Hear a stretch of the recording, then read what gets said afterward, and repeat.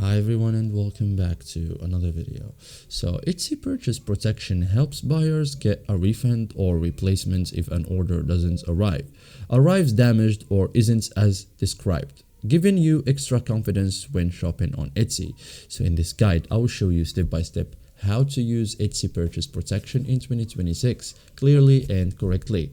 So first thing first, check if your order is eligible. So your order qualifies if item not delivered, item arrives damaged, item significantly different from description, also required, paid via Etsy checkout, and order within protection time frame.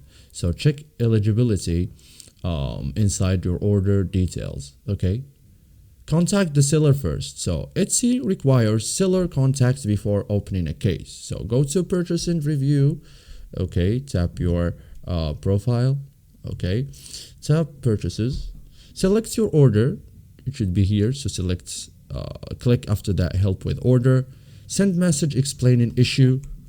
For example, package not received, item damaged, or wrong item sent. Wait for seller response, and sellers usually have 48 hours to respond. Okay. Open a help request if problem isn't solved. Okay.